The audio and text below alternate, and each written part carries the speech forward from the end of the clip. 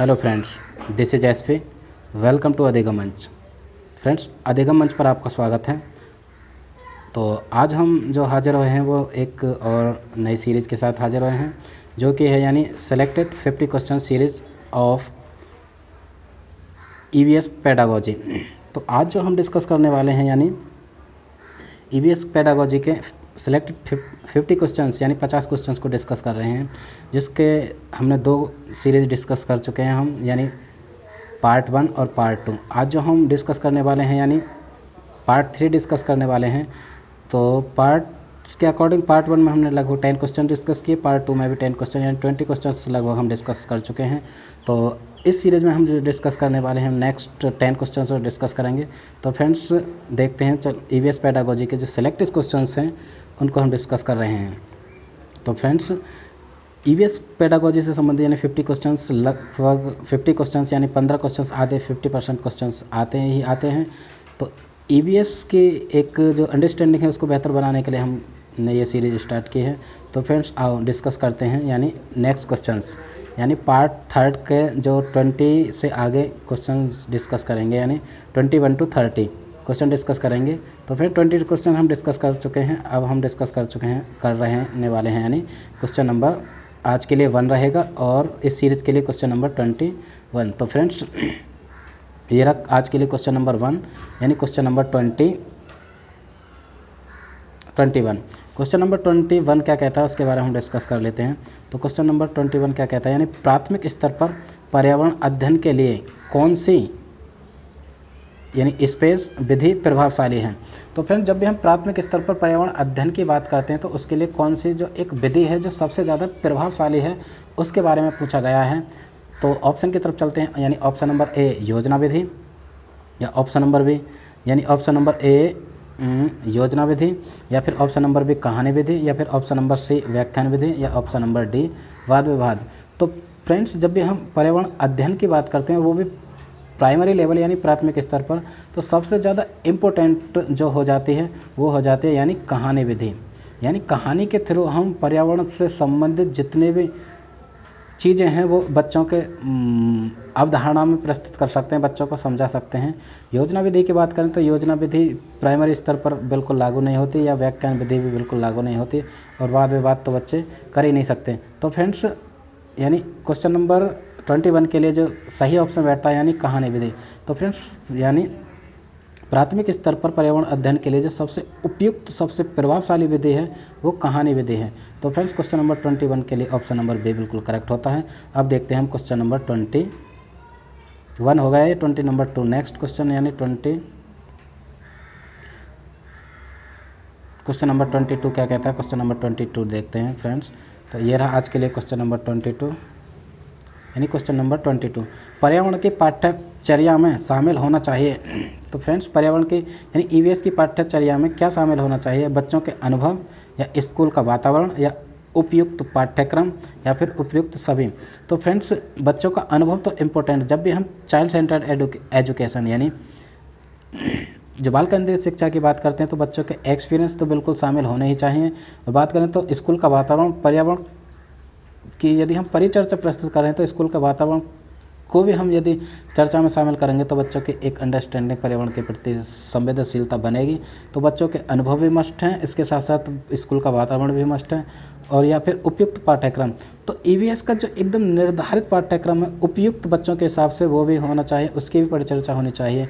तो फ्रेंड्स, इस क्वेश्चन में जो ऑप्शन बिल्कुल सही बैठता है यानी ऑप्शन डी, यानी कि सारे क्वेश्चन बिल्कुल करेक्ट बैठते हैं। तो क्वेश्चन नंबर 22 का ऑप्शन नंबर डी बिल्कुल करेक्ट बैठता है। नेक्स्ट चलते हैं, यानी ये आज के लिए क्वेश्चन नंबर 23। तो क्वेश्चन नंबर 23 पर हम डिस्कस कर रहे हैं, यानी क्वेश्चन नंबर 23 क्या कहता है। क्वेश्चन नंबर 23 कहता है, यानी पर्यावरण अध्ययन की कक्षा में बच्चों के अनुभवों को महत्व देना चाहिए। जब हम पर्यावरण अध्ययन यानी ईवीएस की कक्षा में बच्चों के अनुभवों को महत्व देना चाह रहे हैं तो क्यों देना चाह रहे हैं, या देना चाहिए तो क्यों देना चाहिए, इस बारे में क्वेश्चन कहता है। तो फ्रेंड्स, ऑप्शन की तरफ चलते हैं, यानी बच्चों को अपनी बात बताने में आनंद आता है। जब भी हम बच्चों के अनुभव यानी एक्सपीरियंसेस को महत्व देते हैं तो उनको अपनी बात बताने में आनंद आता है। ऑप्शन बी कहता है कि इससे बच्चों को अदाई कौशल परिमार्जित होता है, बच्चों का जो अदाई कौशल है वो परिमार्जित होता है, या फिर अभिव्यक्ति के कौशल का विकास होता है, या फिर विषय को बच्चों के अनुभवों से जोड़ने पर सीखने की प्रक्रिया को बढ़ावा मिलता है। तो फ्रेंड्स यहाँ पे दोबारा से ऑप्शन देखते हैं, यानी बच्चों को अपनी बात रखने में आनंद आता है। तो आनंद जैसी कोई बात नहीं है, बच्चों को एक अनुभव तो मिलता है, लेकिन आनंद जैसी कोई बात नहीं। तो ये ऑप्शन यहाँ पे बेस्ट नहीं बैठता। जो बेस्ट ऑप्शन की तरफ जाते हैं, जब भी हमें ये संदेह होता है कि ये सारे के सारे ऑप्शन बिल्कुल लगभग सही से बैठ रहे हैं, तो हम बेस्ट ऑप्शन की तरफ जाते हैं। तो ऑप्शन नंबर 1 बिल्कुल हट जाता है। इससे बच्चों को अदायगी कौशल परिमार्जित होता है, तो ये भी ऑप्शन यहाँ से हट जाता है। एंड नेक्स्ट हम बात करते हैं, यानी अभिव्यक्ति के कौशल का विकास होता है। हाँ, अभिव्यक्ति के कौशल का विकास तो होता है, लेकिन बिल्कुल सही और सटीक ऑप्शन यहाँ पे लग रहा है वो है विषय को बच्चों के अनुभवों से जोड़ने पर सीखने की प्रक्रिया को बढ़ावा मिलता है। यदि हम तो यहाँ से ऑप्शन सी भी हट जाता है। यदि हम बच्चों के अनुभवों को सीखने से जोड़ने की प्रक्रिया, यदि हम बच्चों के अनुभवों पर आधारित बच्चों को सीखने पर बल देते हैं, तो उनकी जो सीखने की प्रक्रिया है उसको बढ़ावा मिलता है और बच्चे अच्छी तरह से सीखते हैं। क्योंकि हमें पर्यावरण अध्ययन की शिक्षा में जो बच्चों के अनुभवों को इसलिए जोड़ना चाहिए। तो इस ऑप्शन के लिए क्वेश्चन नंबर डी बिल्कुल करेक्ट बैठता है। फ्रेंड्स अब हम बात करते हैं यानी क्वेश्चन नंबर 24। ये रहा आज के लिए question number 24। Question number 24 discuss करते हैं। ये रहा क्वेश्चन नंबर 24। तो क्वेश्चन नंबर 24 क्या कहता है, एक शिक्षक तनावग्रस्त बच्चों की पहचान कर सकती है। यानी एक टीचर है और वो ये पहचान करना चाहती है कि बच्चे तनावग्रस्त अवस्था में हैं जब बच्चा निम्नलिखित व्यवहार करता है। तो बच्चा निम्नलिखित जो व्यवहार करता है, कौन से व्यवहार से उसे एक टीचर को ये पता चल सकता है कि बच्चा तनावग्रस्त है। क्वेश्चन को दोबारा से हम देखते हैं, यानी एक शिक्षिका तनावग्रस्त बच्चों की पहचान किस आधार पर कर सकती है। यानी पढ़ाई में पूर्ण एकाग्रता, यानी बच्चे यदि पढ़ाई में पूर्ण एकाग्र हैं तो वो तनावग्रस्त हैं, इस तरह से एक शिक्षक को पता चल पा रहा है। या बहुत बात कर रहे हैं, बच्चे बहुत ज़्यादा बात कर रहे हैं तो तब पता चल पा रहा है कि बच्चे तनावग्रस्त हैं। या फिर हाइपर एक्टिविटी यानी अति सक्रियता, बच्चे अति सक्रिय हैं यानी आक्रामक हैं तब, या फिर आक्रामक व्यवहार। तो फ्रेंड्स पढ़ाई में एकाग्र, बच्चे तनावग्रस्त हैं तो बच्चे पढ़ाई में एकाग्र तो बिल्कुल हो ही नहीं सकते। तो यहाँ से ऑप्शन नंबर ए हट जाता है, ऑप्शन बी भी हट जाता है। एंड ऑप्शन सी की यदि हम बात करें, हाइपर एक्टिविटी अति सक्रियता, यदि बच्चे अत्यधिक सक्रिय हैं तो वो तनावग्रस्त नहीं हैं। फ्रेंड्स ये भी ऑप्शन हट जाता है। एंड ऑप्शन नंबर डी पर चलते हैं, यानी आक्रामक व्यवहार। यदि बच्चों का आक्रामक व्यवहार है तो एक टीचर को पता चल सकता है कि बच्चे तनावग्रस्त हैं। तो फ्रेंड्स यहाँ पे दोनों ऑप्शन में यानी कन्फ्यूजन हो रहा है, या तो सी और डी दोनों ऑप्शन सही हो सकते हैं। ये क्वेश्चन आपके लिए मैं छोड़ता हूँ, तो आपको इसमें बताना है यानी ऑप्शन नंबर सी सही बैठता है या ऑप्शन नंबर डी यानी हाइपर एक्टिविटी या फिर आक्रामक व्यवहार। तो फ्रेंड्स ये दोनों तो हट गए, ए और बी, सी और डी में से आपको बताना है कि कौन सा ऑप्शन सही है, यानी कमेंट करके हमको बताना। ये रहा आपके लिए होमवर्क। नेक्स्ट पर चलते हैं, यानी आज के लिए क्वेश्चन नंबर 25, यानी क्वेश्चन नंबर 25 पर चलते हैं। क्वेश्चन नंबर 25 क्या कहता है, ये रहा क्वेश्चन नंबर 25 यानी 25वां क्वेश्चन। क्वेश्चन नंबर 25 कहता है, बच्चों में सामाजिक भावना का विकास करने के लिए निम्न में से कौन सा प्रयास सर्वोत्तम है। यदि हम बच्चों में सामाजिक भावना का विकास करने की कोशिश कर रहे हैं, प्रयास कर रहे हैं कि बच्चों में सामाजिक विकास हो, तो उसके लिए सबसे ज़्यादा जो प्रयास है, सबसे अच्छा प्रयास कौन सा हो सकता है, उसके बारे में हम डिस्कस करने वाले हैं। तो ऑप्शन क्या कहता है, यानी ऑप्शन ए कहता है विद्यालय में विभिन्न त्योहारों का आयोजन करके। तो फ्रेंड्स यानी सामाजिक भावना का विकास करने के लिए त्योहारों का, यानी विद्यालय में विभिन्न त्योहारों का आयोजन करके, या फिर अभिभावकों को विद्यालय में आमंत्रित कर बैठकों का आयोजन करके, या फिर बच्चों को स्वस्थ स्पर्धा के लिए तैयार करके, या फिर विद्यालय में बाल मेला आयोजित करके। तो फ्रेंड्स जब भी हमें सामाजिक भावना का विकास करने का प्रयास करना है तो सर्वोत्तम उपाय क्या हो सकता है, यानी ऑप्शन दोबारा से देखते हैं, यानी बच्चों में सामाजिक भावना का विकास करने हेतु कौन सा प्रयास सर्वोत्तम है। सामाजिक भावना का यदि हमें बच्चों में विकास करना है तो बच्चों के प्रति मतलब विद्यालय में बाल मेला का आयोजित करेंगे। यदि हम विद्यालय में बाल मेला का आयोजित करेंगे तो बच्चों में सामाजिक भावना का विकास अच्छी तरह से हो पाएगा। तो फ्रेंड्स ऑप्शन यानी B C D A B C दोनों हट जाते हैं, ऑप्शन नंबर डी बिल्कुल करेक्ट बैठता है। अब हम चलते हैं क्वेश्चन नंबर 26 आज के लिए। क्वेश्चन नंबर 26 ये रहा। क्वेश्चन नंबर 26 पर यदि हम यानी क्वेश्चन नंबर 26 क्या कहता है देख लेते हैं।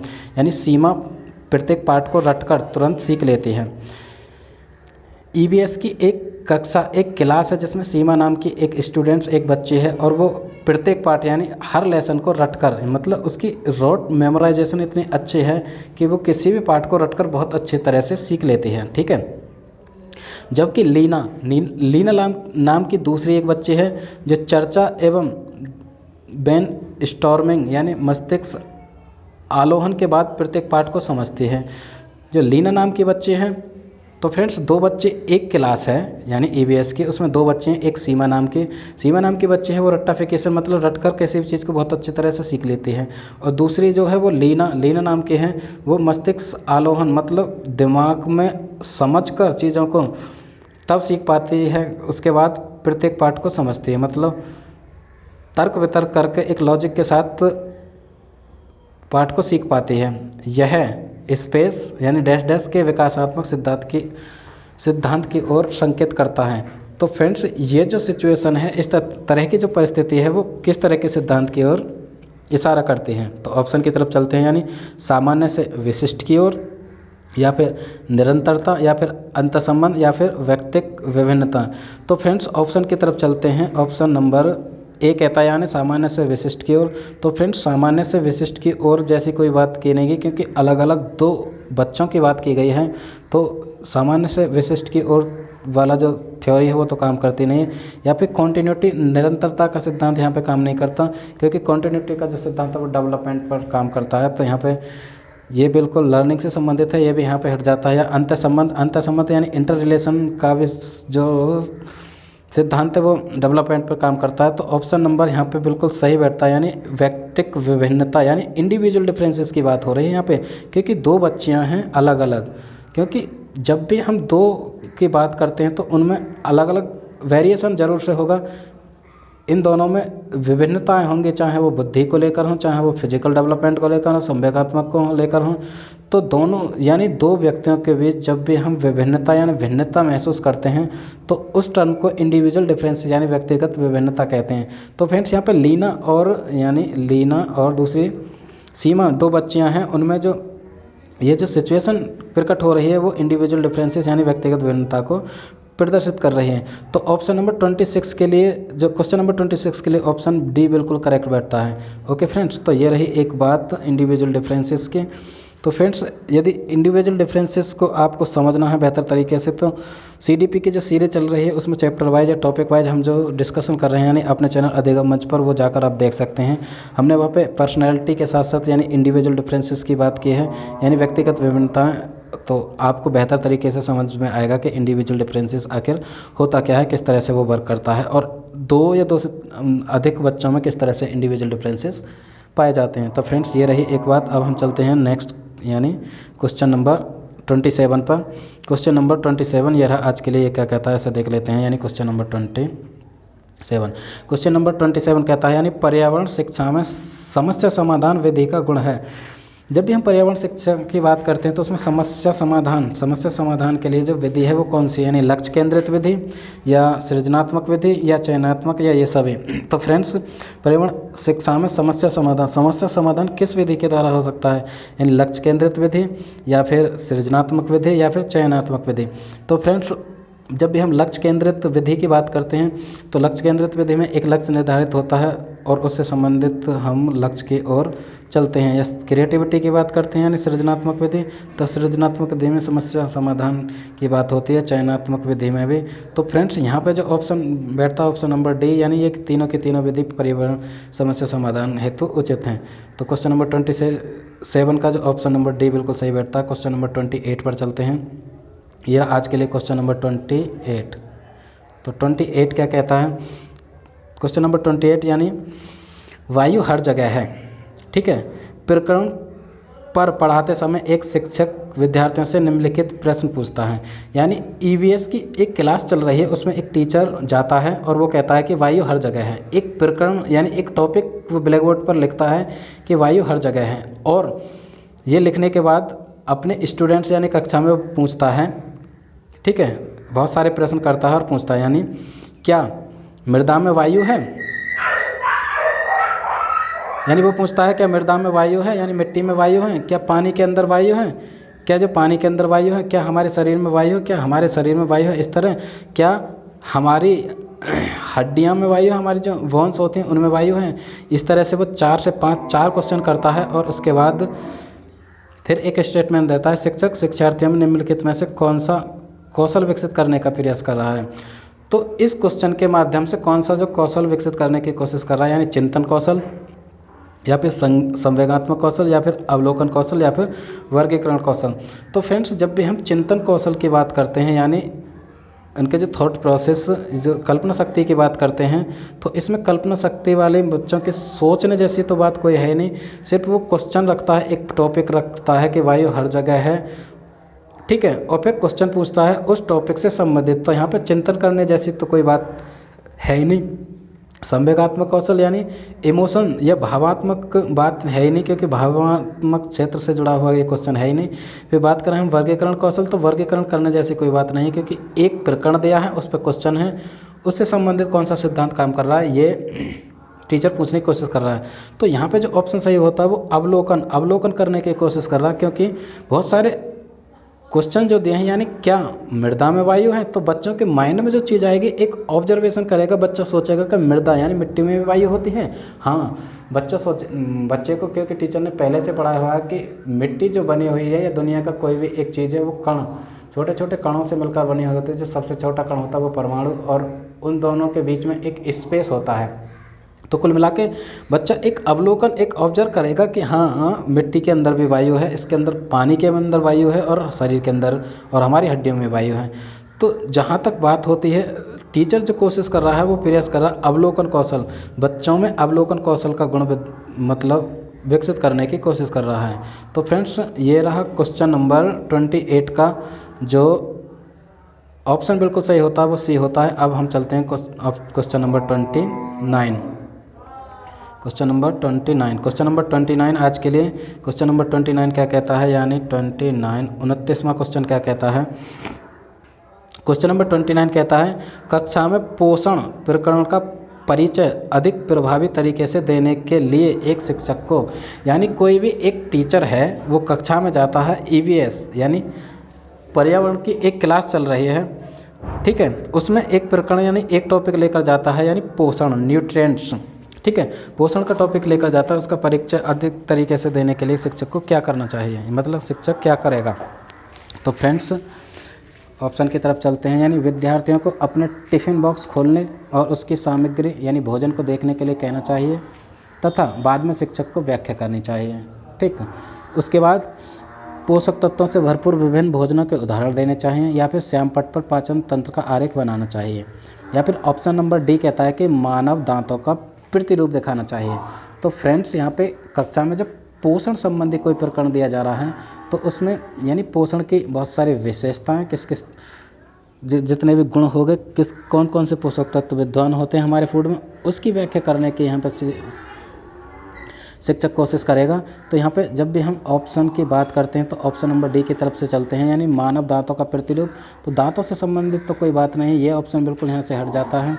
एंड हम बात करें यानी श्यामपट्ट पर पाचन तंत्र के आरेख बनाने से पोषण का कोई भी कॉन्सेप्ट क्लियर नहीं होने वाला, या पोषक तत्वों से भरपूर विभिन्न भोजन के उदाहरण। हाँ, पोषक तत्वों के विभिन्न उदाहरण दे तो सकता है टीचर, लेकिन बच्चे समझ नहीं पाएंगे, क्योंकि उदाहरणों से कोई बेहतर तरीके से नहीं समझ पाएंगे। यदि हम बात करते हैं फर्स्ट ऑप्शन की, यानी विद्यार्थियों के अपने टिफ़िन बॉक्स खोलने और उसकी सामग्री यानी भोजन को देखने को कहना तथा बाद में शिक्षक, ये ऑप्शन बिल्कुल करेक्ट बैठ सकता है, क्योंकि एक टीचर कहेगा कि अपने अपने टिफ़िन खोलो, टिफ़िन में वो डिफरेंट यानी हर बच्चे का, प्रत्येक बच्चे का टिफ़िन में अलग अलग सामग्रियों से भोजन मिलेगा, फिर उसके माध्यम से वो बता सकता है मतलब कौन सी चीज़ में किस तरह का पोषण उनको मिलेगा। यानी यदि रोटी की बात करें तो रोटी से कार्बोहाइड्रेट्स, एनर्जी आदि टाइप मिलेगी। यदि किसी बच्चे के टिफ़िन में दाल है तो उसकी प्रोटीन ज़्यादा मिलेगी। यदि फ्रूट्स या फिर फ्रूट्स से भी प्रोटीन मिलेगी। यदि कोई खट्टी चीज़ जैसे मौसमी या ऑरेंजेस वगैरह लेकर आया तो उससे उसे विटामिन डी मिलेगी। तो एक टीचर मतलब अवलोकन कर एक टीचर जो पोषण का प्रकरण को अधिक प्रभावी तरीके से जो समझा पाएगा वो ऑप्शन नंबर ए से समझा पाएगा। और वो टिफ़िन के मतलब सामग्री भोजन के माध्यम से जितने भी पोषण से संबंधित चीज़ें हैं, भोजन में कौन कौन से पोषण प्राप्त होते हैं, उन सबको बहुत अच्छी तरह से समझा पाएगा और स्टूडेंट्स यानी विद्यार्थी समझ ही पाएंगे। तो प्रकरण जो पोषण प्रकरण यानी टॉपिक है वो क्लियर हो पाएगा ऑप्शन नंबर ए से।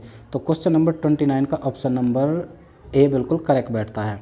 तो फ्रेंड्स आज के लिए क्वेश्चन नंबर 30 यानी इस सीरीज का जो पार्ट 3 है उसके लिए लास्ट क्वेश्चन रहेगा या क्वेश्चन नंबर 30, बिकॉज हम जो डिस्कस कर रहे हैं वो 10-10 क्वेश्चन डिस्कस कर रहे हैं। यानी ईवीएस पेडागोजी के सिलेक्टेड 50 क्वेश्चंस की ये सीरीज चल रही है। आपकी जो सोच है, जो समझ है यानी ईवीएस के प्रति, ईवीएस पेडागोजी के प्रति उसे बेहतर बनाने के लिए हमने एक ये सीरीज प्रारंभ की है जिसका पार्ट 3 हम डिस्कस करने वाले हैं। उसका जो लास्ट क्वेश्चन है, क्योंकि प्रत्येक पार्ट में हमने 10-10 क्वेश्चन डिस्कस किए हैं, ये 3rd पार्ट है। तो फ्रेंड्स यदि ये सीरीज आपको पसंद आ रही है तो लाइक करें और कमेंट करके अपना फीडबैक ज़रूर से दें और अपने फ्रेंड्स में ज़रूर से ज़रूर शेयर करें। और यदि अभी तक आपने हमारा चैनल सब्सक्राइब नहीं किया तो हमारे चैनल को ज़रूर से सब्सक्राइब करें, क्योंकि उसमें हम सीडीपी स्पेशल सीरीज़ चला रहे हैं जिसमें टॉपिक वाइज लगभग 25 से 26 टॉपिक वाइज सेशन आ चुके हैं जो आपके मदद करने में कारगर साबित होंगे। यदि आप टीचिंग रिलेटेड किसी भी exam CTET, UP-TET, super-TET, EVS, KVS आदि सभी की तैयारी कर रहे हैं तो फ्रेंड्स बेस्ट यानी 50 क्वेश्चन सीरीज पेडागोजी स्पेशल जो है उसका 30 यानी लास्ट क्वेश्चन पार्ट 3 का आज के लिए लास्ट क्वेश्चन, इसे डिस्कस कर लेते हैं। यानी कक्षा 5 की अध्यापिका माहिका चाहती है कि उसके विद्यार्थी आसपास के पौधों का अवलोकन करें। यानी कक्षा 5 की एक टीचर यानी कक्षा 5 की एक टीचर है माहिका नाम की, वो आसपास के पौधों का अवलोकन करने के लिए बोल रही है बच्चों से। आसपास के पौधों का अवलोकन करने के लिए सार्थक अधिगम यानी सीखने के लिए उसे बच्चों को क्या करने को प्रोत्साहित करना चाहिए। यदि पौधों का अवलोकन कराना चाहती है तो वो बच्चों के लिए क्या कहे जो बेहतर रहे। तो ऑप्शन में चलते हैं। यानी समझना कि पौधे भी सजीव होते हैं, यह समझाना कि पौधे भी सजीव होते हैं, हाँ जी मान लिए ये बात। समझाना कि पौधे हमारे लिए उपयोगी होते हैं, ये भी बात सही है। पौधे सजीव होते हैं और हमारे लिए उपयोगी होते हैं, ये भी बात सही है। यानी अधिकतम पौधों के नाम लिखना, चलो जी बच्चों ने अधिकतम पौधों के नाम भी लिख दिए। या ऑप्शन नंबर डी, उनकी ऊंचाई, पत्तियों, गंध और उगने के स्थानों में अंतर का अवलोकन करना। ठीक है फ्रेंड्स, तो यहाँ पे जो पौधों का अवलोकन ऑब्जर्वेशन की जो बात हो रही है, तो सबसे जो बेस्ट ऑप्शन रहेगा फ्रेंड्स, सबसे जो बेस्ट ऑप्शन रहेगा कि टीचर को चाहिए कि उसकी टीचर बताए कि उसकी ऊंचाई, पौधे की पत्तियों के बारे में, उनकी जो क्वालिटी हो गई, विशेषताएं हो गई वो, उसके बाद किस तरह के पौधे में गंध आती है, कौन से उस पर फ्रूट्स लगते हैं, या उगने के स्थान, तो किस स्थान पर कौन सा पौधा, कौन सा पेड़ ज़्यादा उगता है और उनमें किन क्या का अंतर है। तो ये इस तरह का अवलोकन करने के लिए बच्चों के कहें तो बच्चे प्रोत्साहित होंगे और बच्चों मतलब पेड़ों के प्रति अवलोकन, पेड़ों का ऑब्जर्व कर पाएंगे। सिर्फ ऑप्शन नंबर ए पर चलें, यानी समझाना कि पौधे सजीव होते हैं, इससे बच्चे अवलोकन का गुण उनमें विकसित नहीं होगा, वो अवलोकन नहीं कर पाएंगे। बच्चे सिर्फ ये सोच पाएंगे, एक समझ विकसित कर पाएंगे कि पौधे सजीव होते हैं, हाँ जी पौधे सजीव होते हैं और पौधे हमारे लिए उपयोगी हैं, वो ये समझ लेंगे कि पौधे उपयोगी होते हैं। ये बात थोड़ी थोड़ी वो पहले से भी जानते हैं। अधिकतम पौधों के नाम लिखना, तो नाम लिखने से वो ऑब्जर्व नहीं कर पाएंगे। यदि हमें किसी भी चीज़ का ऑब्जर्वेशन कराना है तो उसकी गहराई से मतलब डीपली नॉलेज देनी चाहिए। यानी उसकी ऊंचाई, किसी भी पौधे की ऊंचाई कितनी होती है, डिफरेंट अलग अलग तरह के पौधों की पत्तियों की बनावट किस तरह से होती है, किस तरह से वो काम करते हैं, चाहे उसमें प्रकाश संश्लेषण की क्रिया फोटोसिंथेसिस हो, या किस तरह के उनके फ्रूट्स या पत्तियों से गंध यानी स्मेल आती है, या उगने के स्थान। तो फ्रेंड्स क्वेश्चन नंबर 30 के लिए जो ऑप्शन सही होता है वो ऑप्शन नंबर डी बिल्कुल सही होता है, बाकी ऑप्शन हट जाते हैं। तो फ्रेंड्स ये था 30 क्वेश्चन, यानी लगभग 30 क्वेश्चन हम डिस्कस कर चुके हैं। टॉप जो बेस्ट सेलेक्टेड यानी 50 क्वेश्चन सीरीज ईवीएस पेडागोजी की है, इसके 3 पार्ट में हम 30 क्वेश्चन डिस्कस कर चुके हैं और आगे ये सीरीज़ कंटिन्यू रहेगी। यदि आप आपको ये सीरीज़ अच्छी लग रही है तो आप लाइक करें, कमेंट करके अपना फीडबैक ज़रूर से दें और हमारे चैनल अधिगमन को सब्सक्राइब करें। तो फ्रेंड्स ये थी यानी टॉप सेलेक्टेड 50 क्वेश्चंस की सीरीज़ EVS पेडागोजी से रिलेटेड। आई होप ये आपको मदद करेगी। ओके फ्रेंड्स, यहाँ पर इस सीरीज़ को यहीं वाइंड अप करते हैं। That was SP Singh.